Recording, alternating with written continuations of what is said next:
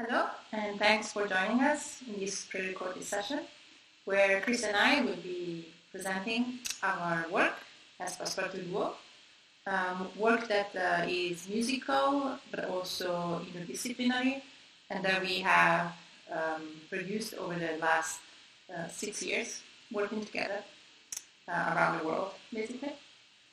And so Passepartout Duo for us means a pass for everything, so a master key that can allow us to enter different fields and open up new avenues, hopefully. That's what we wish. And we've been working together since 2015, not only as performers, but as you can see here, in different roles that we tailor on ourselves for different projects, depending on who we are working with, in which context and country we are working, and what kind of concept we want to explore, because often we don't only explore the sound in itself, but it's strongly connected to a more theory-based or artistic concept that we are aiming to explore. Yeah, so we started out as just simply performers, coming from kind of conservatory roots. I'm originally a percussionist, and Nicoletta is a pianist. But since then, we've kind of started to take full creative control over everything related to being a musician. So first that started from composing music for ourselves, and also the way in which we document the work, so recording and filming all of the work we make. But then that expanded to also include making sound installations, collaborating with visual artists, building instruments, all sorts of new and different things. And we're always looking for how we can expand that more, how we can take even more creative control over the whole process of being a musician. Yeah, so the first piece that we composed for ourselves we did in a small town in Iceland named Ólafsfjörður, and there we were on an artist residency. It's a very small town. There are 800 people living there, and it has deep roots in the fishing industry. And we were there in the middle of winter, so because it's Iceland, very cold, very dark. The sun doesn't come up for more than maybe 2 or 3 hours every day, and it doesn't really go above the horizon, so you just have this little bit of twilight. It's a very inspiring, interesting, and super unique atmosphere. And so there we recorded 4 pieces for drums and electronics and piano at the music school in the town. And we were really interested in the way that the town relates to this fishing industry and fishing culture. So we named each of the 4 tracks for a fish from there.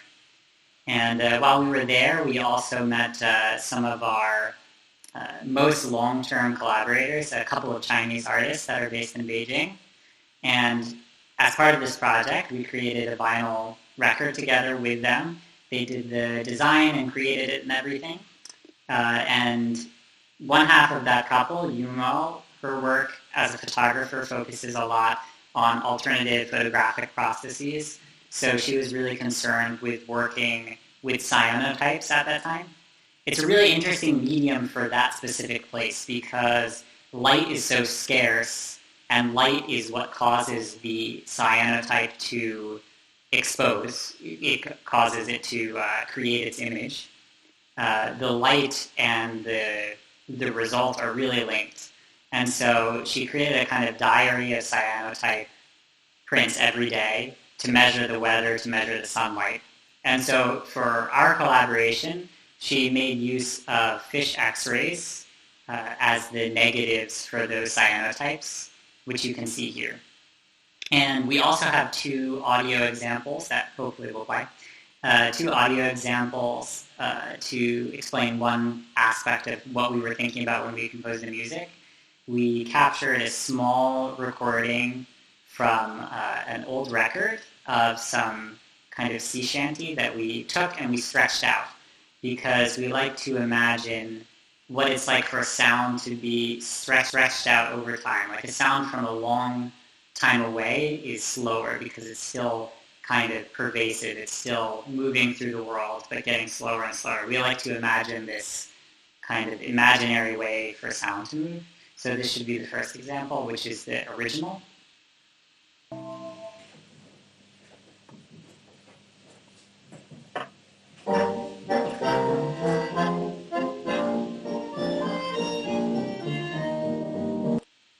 So we only took maybe 4 notes from that descending accordion line and stretched it out into our piece, which sounds like this.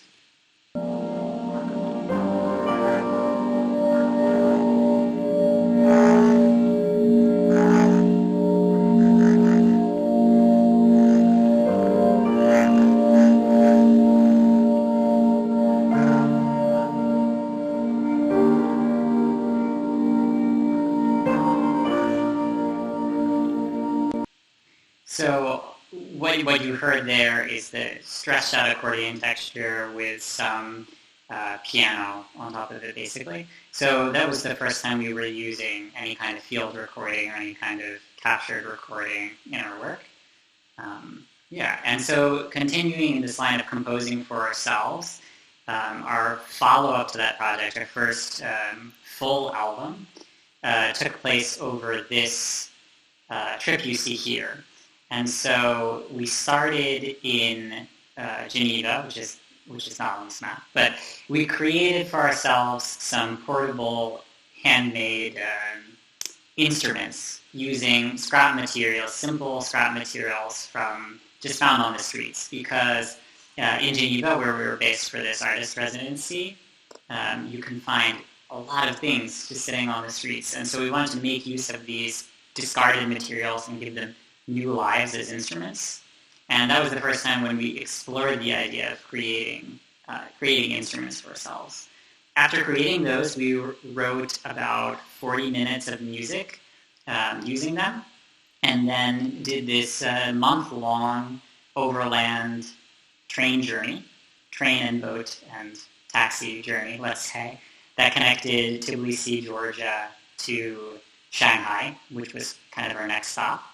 And along the way, we performed the piece we wrote in different locations, really alternative places. And for us, it meant an opportunity to show our music anywhere. Because coming from conservatory roots, there's often this very exclusive idea behind it, especially with instruments like piano and percussion, which are gigantic and logistically challenging and not easy to take anywhere. It was really nice to take the kind of music that we wanted to be playing and put it on these really small instruments so that we could just play anywhere. And it was an extremely fulfilling journey, and the piece kind of developed as we were traveling. So here you can see our kind of development to try to reduce the size of our instrumentation over time. On the top left, you see our original instruments, grand piano or baby grand piano, vibraphone, marimba, drum set, this kind of thing. And then we were trying to take just the vibraphone bars and amplify them with a keyboard, and that fit in some small bags. But taking a more creative approach, we were able to get to the result from that, this particular piece. So the 4 instruments here, not the 2 keyboards, are the ones that we made and traveled with, a kind of amadinda with 7 notes. The one on the top left is made from the tines of a toy piano, which are arranged more like a keyboard and played like a glockenspiel. And then we have vibraphone bars, 7 notes that kind of complement the 7 notes of the amadinda, so it's like an amadinda in metal and in wood. And then a kind of electric lyre, which is sort of some simple electric guitar type instrument. So basically for us, it's really important that our instruments respect some very basic rules like portability and that they connect with techniques that we are not completely unfamiliar with. So let's say keyboard based or percussion based mostly. So we would not really use air played instruments or so on. But for the rest, we are happy with creating new limits or working with existing limits on these instruments. So the fact that MIDI keyboard has 2 octaves instead of 88 keys, for us it's not a problem per se. Yeah, like the keyboard as an interface is important, but the amount of keys, Sometimes I think as a percussionist, my instrument is more the sticks than the actual instrument itself. That it's the active hitting that's kind of the source of the music or the approach to music that you have as a percussionist. So we're always exploring sounds from that lens. So in these examples, you can also see the start of a specific interest of ours, which is to play and create instruments where 2 performers can strike them at the same time. So most of the ones that you see here created by us can be played by either side, and therefore we can play them together at the same time. Yeah, and we called this whole project face-to-face because of that interaction and our kind of concentration on duality in music, or just the act of 2 people sharing a stage is something that interests us as a duo.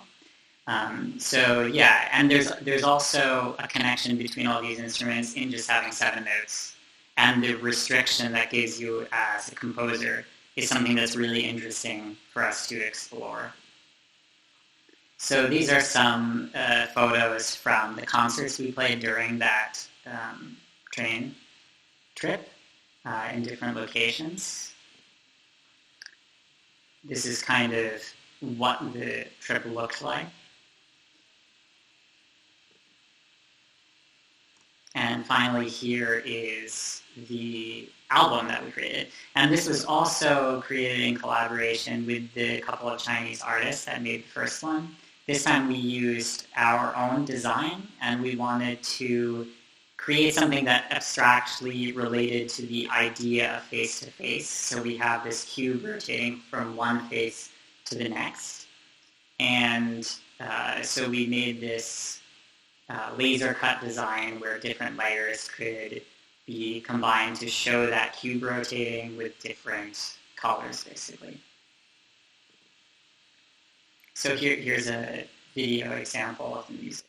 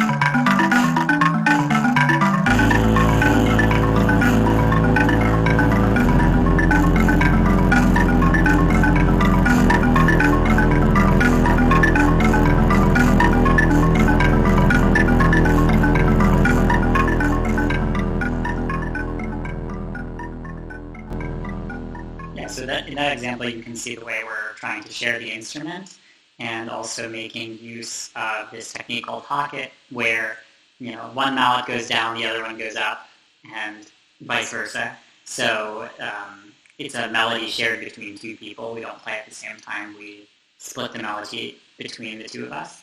And so that was kind of the version of wood, and then we did another version in metal. So the album is kind of split in half, with one side of the record being all based around these wooden instruments and the other half being based around the metal instruments.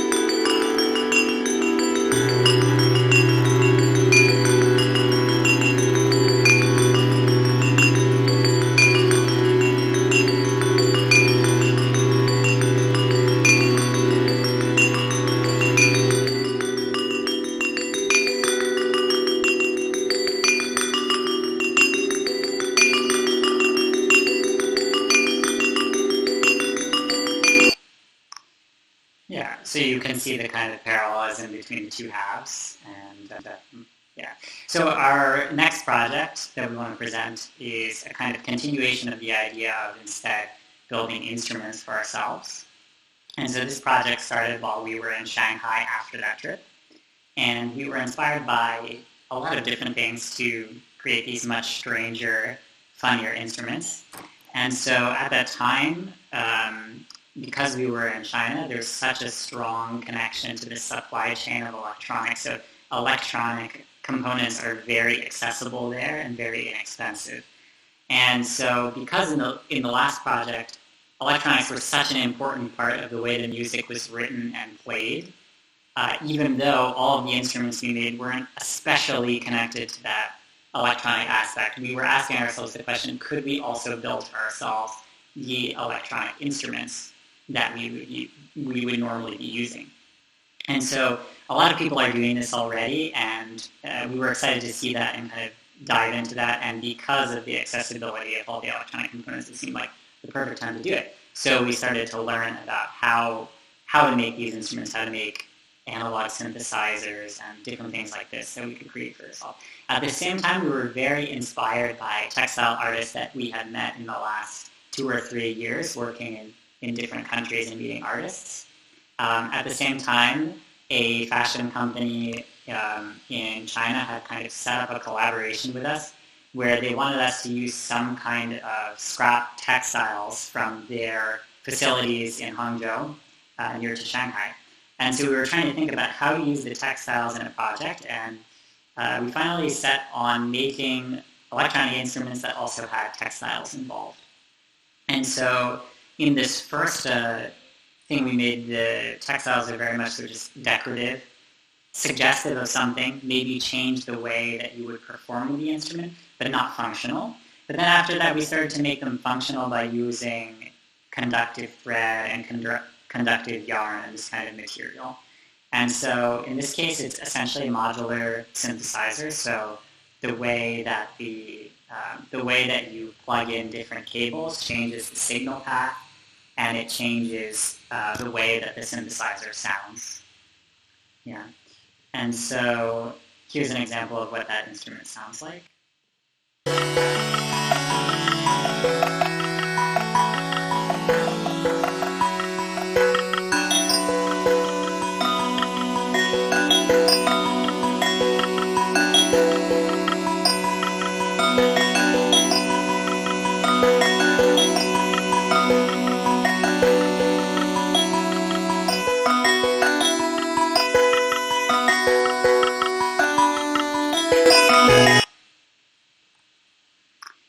Here's another example of one of these textile instruments. This time we wanted to find some way of connecting the acoustic world to the synthesizer. So here there's a lot of piezo contact microphones that are connected to the instrument that we can attach to different things to help them kind of speak the language of the synthesizer.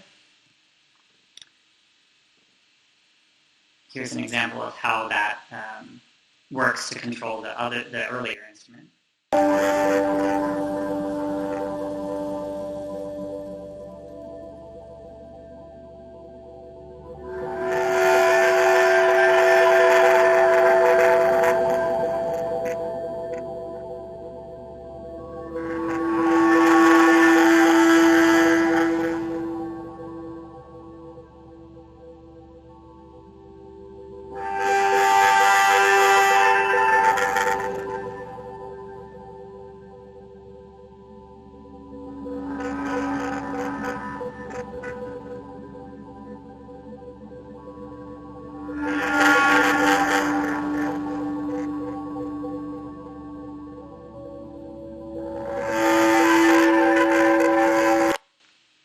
So basically you can see there that the bowing of the vibraphone bar is opening and closing a filter on the synthesizer.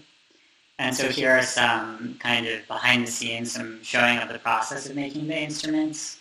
So here we have designed the printed circuit board, and we have to assemble it with all the components, and then Nicoletta has created a loom, I guess, what do you call that?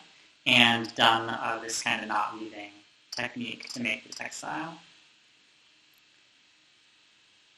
Here are some other examples for some newer instruments using different techniques. So kind of following that line with electronics and music, we had an opportunity earlier this year to use a really old Buchla synthesizer, one of the first ones ever made, which is in Krems, Austria, a super small town outside of Vienna, and it belonged to the composer Ernst Krenek, and his foundation has kept it since he passed away, maybe a decade ago or so, something like that.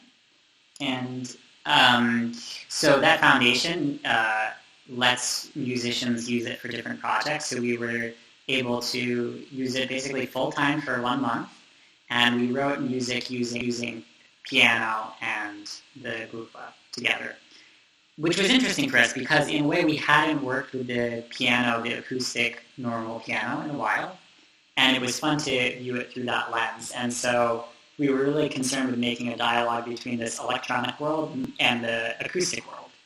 So to do this, we kind of made, I wouldn't say improvised, but we created these patches on the synthesizer that would make results that were really difficult to notate or reproduce, which is kind of an easy thing to do with this kind of instruments.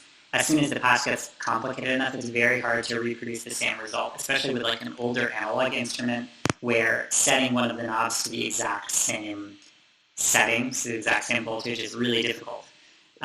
So we set up these patches, created these gestural pieces, and then used the same approach you might use to do this kind of speech to melody technique that a lot of composers have used.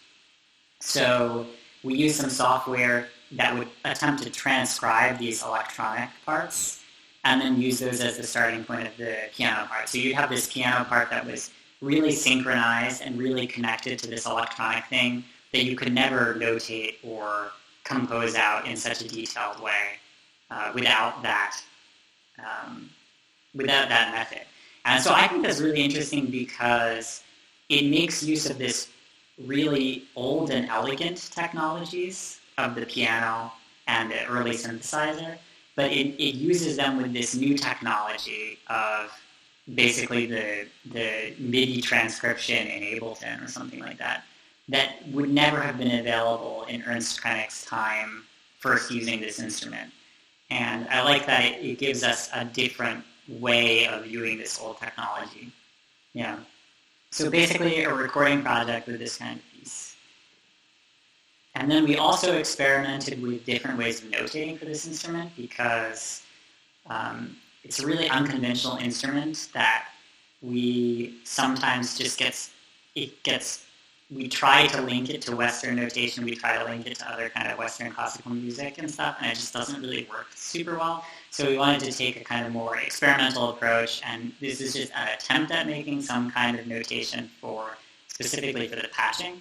So it's kind of mimics the look of the synthesizer and makes use of these transparencies so that you can create different combinations of elements to create your own kind of new patch that maybe is nonsensical, but sort of could work to just kind of put somebody in a slightly different direction. So it's more like a creative exercise than an actual score that has a determined result, a predetermined result.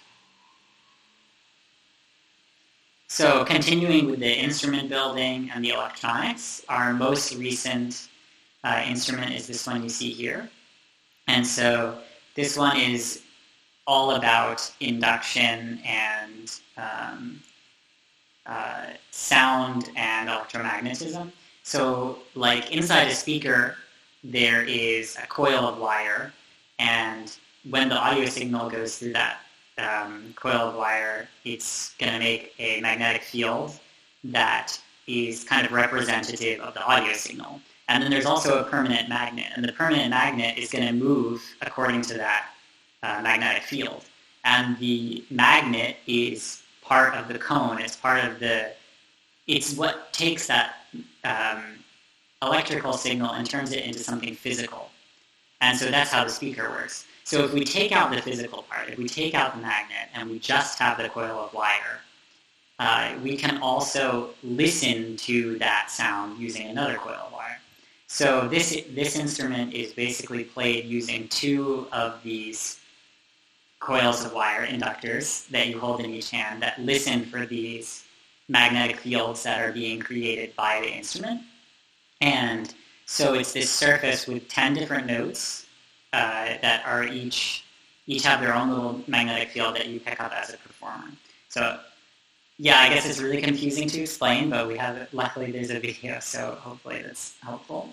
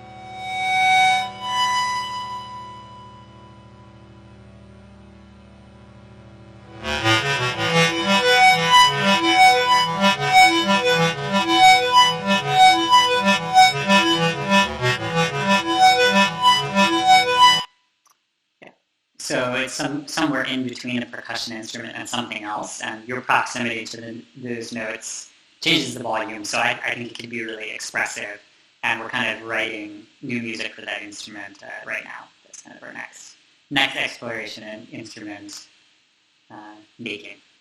So we also do a lot of interdisciplinary projects.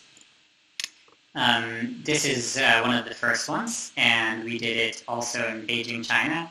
And here we were focusing on data bending and in connection with a painter named Jia, who is painting on this speaker that's shaking the paper that he's painting on. So the music is changing the way he's painting. But the sound that we're making is based on an image that was previously made by him.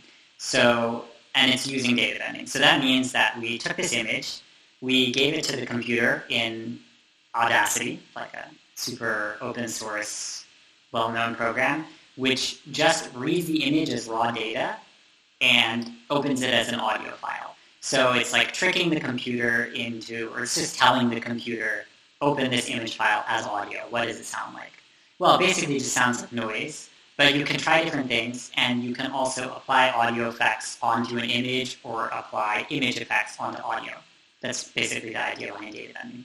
So we used the image as the audio, made this electronic improvisation, and then he made a new image.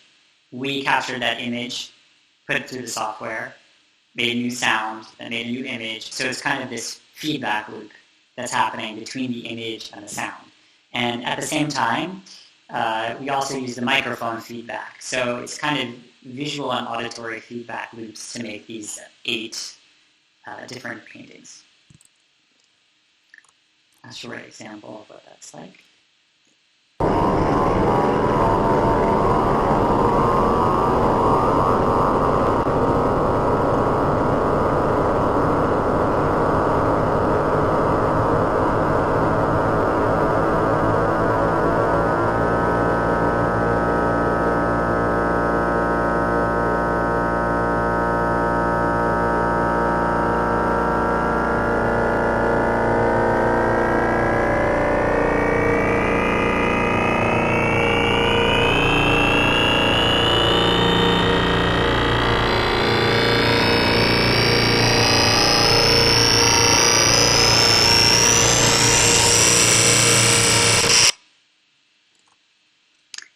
Another project is a kind of series which we call sound envelopes, which are wooden postcards, or made from different materials, but small postcards which contain a MP3, contain an audio file that you can only listen to from this one device. And they're given to people as gifts with the direction to give them to somebody further, basically. So the first time we did this project was in Finland. We made 5 of these sound envelopes, played very little house concerts for different people, and gave each of them as gifts with the directions to give them to somebody further east until they would get to Japan, because we had an exhibition for them planned in Japan about 1 year later. So they had a year to go from there to there.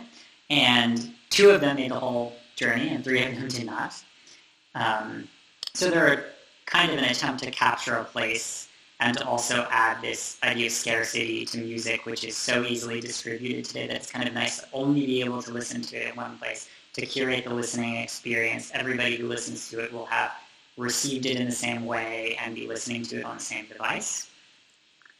So we made, the one on the right is one of the original ones from Finland, and then when they finally arrived in Japan, we made 2 complementary ones to the 2 that arrived in Japan, and that time we used the paper from Japan instead of the wood from Finland. Each one was a collaboration with a local print artist from where they were made. We made an installation of the 4 of them in Nakanojo, Japan, where that exhibition was as part of their biennale.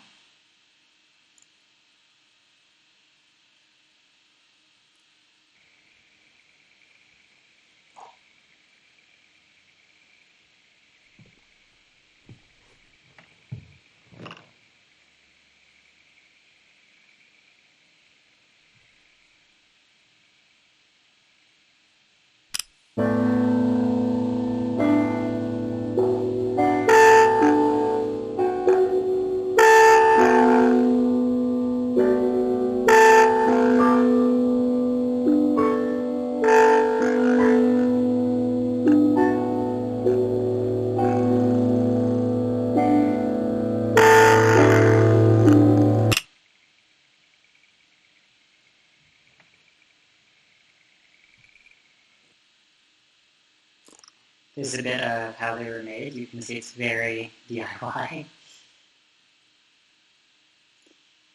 Another multidisciplinary project we were working on was in Shanghai, and this time we were focusing on these little paper-fed music boxes. So most people have seen these before somewhere, but you punch holes into this paper, and depending on where they are, it's going to activate a different note on the music box as it's run through. And so we wanted to make basically visual art pieces using this method. So here are the finished results, and you have the strips of paper that are each one of the paper strips for the music box to read. So in a sense, they're both a score and also recorded music. And so we call it 1 meter per minute because that's the rate at which it should be fed through the music box for our pieces. And they're kind of choirs of music boxes. So it's all of these strips are played at the same time, starting from the top and going down. And so for us, it was the idea was to compose something visually at the same time as the music. So think about how we wanted it to look at the same time as how we wanted it to sound, and have those 2 things be really connected. Here's another example. And so here you can see a close-up and also listen to what the sound would be like. So an interesting thing about it is that it's a score, but it's also the actual music. So you can kind of see different processes. And so since we're so interested in process and music composition, it's a nice way of completely visualizing that.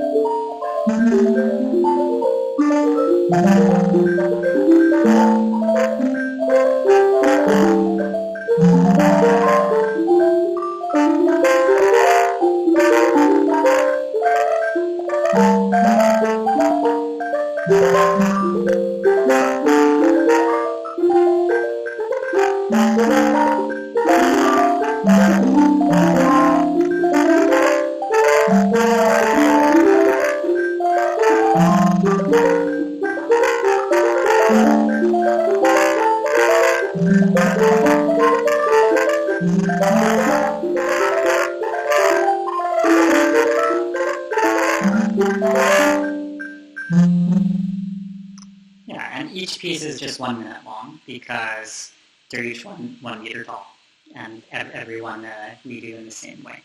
And in some sort of way, this is more of a formal experiment for us, where you can hear that it's a little bit of an exercise in orchestration as well, because you can have many voices at the same time, as many as there are strips. So in length, the visual piece can be very long, let's say, but always 1 meter short. Also visually, it becomes a sort of formal research in the way that we choose the papers and the colors to combine in this paper collage. So another project in line with this idea of making basically visual works is one called Splintered Landscapes. And in this case, we were really inspired by the Japanese tradition of kintsugi, which is when pottery is purposefully broken and then meticulously reassembled using lacquer and gold dust to kind of highlight each of the cracks but put it back to its original form. And there's something really beautiful about the idea behind that process, and so we wanted to find an analog for it in music. And so to do this, we decided on focusing on audio cassette tapes. So in the same fashion, we recorded music and field recordings to audio cassettes, and then randomly cut them up into hundreds of little pieces.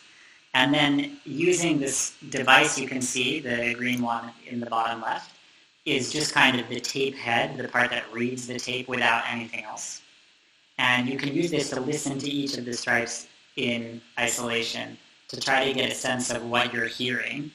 And then over the course of many hours, we splice them all back together, attempting to kind of put them back with some kind of compositional sense. But it's really using this reader without the alignment and the proper speed. It's almost hopeless to really understand what you're listening to.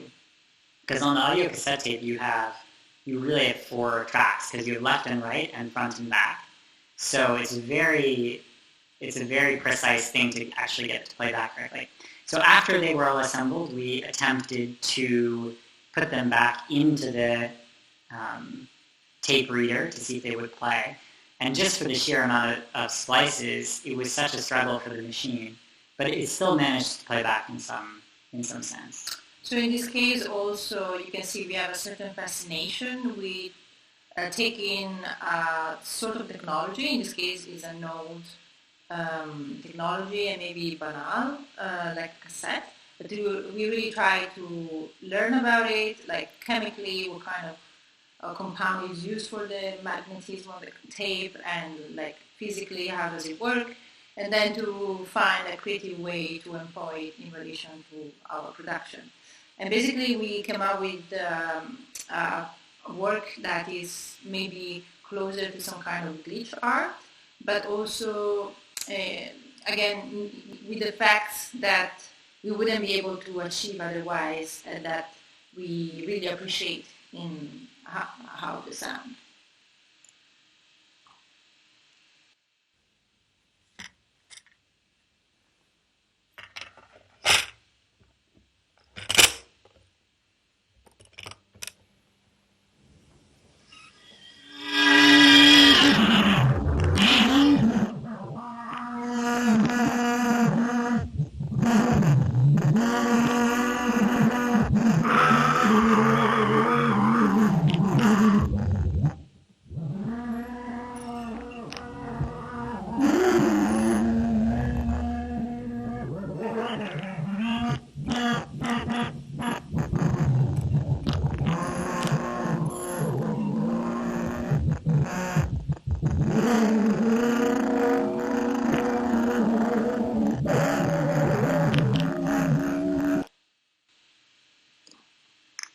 Yeah, so that's kind of what we have to present our work.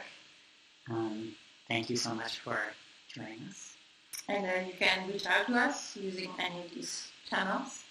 And you can also follow what we are up to and where we travel to, and hopefully meet you sometime physically. Yeah, normally we'd be very open to any kind of questions. So if there's anything you're curious about or you just want to be in touch, feel totally welcome to reach out. Yeah, and thanks again. Thanks. Passepartout Duo, bravo, bravo. Welcome. Thank you. Yeah, thanks. May I ask, where in the world are you at this point in time? We're in the Czech Republic, in Prague. You know, some people have careers, the rest of us are trying to survive, you know. It's fantastic. Thank you so much for an absolute fantastic presentation, for this window into your work, into your creativity, into your approach to interacting with technology, and it is absolutely fascinating. Shall we have a look at the chat? I believe Matthew Pratt has posted a question. Mm-hmm. Yeah. Actually, 3 questions. The first one: how did Passepartout Duo come to be? Mm-hmm. Yeah. So we met at a music festival in the States called Atlantic Music Festival. And that's a kind of a festival for students of music, where and composers.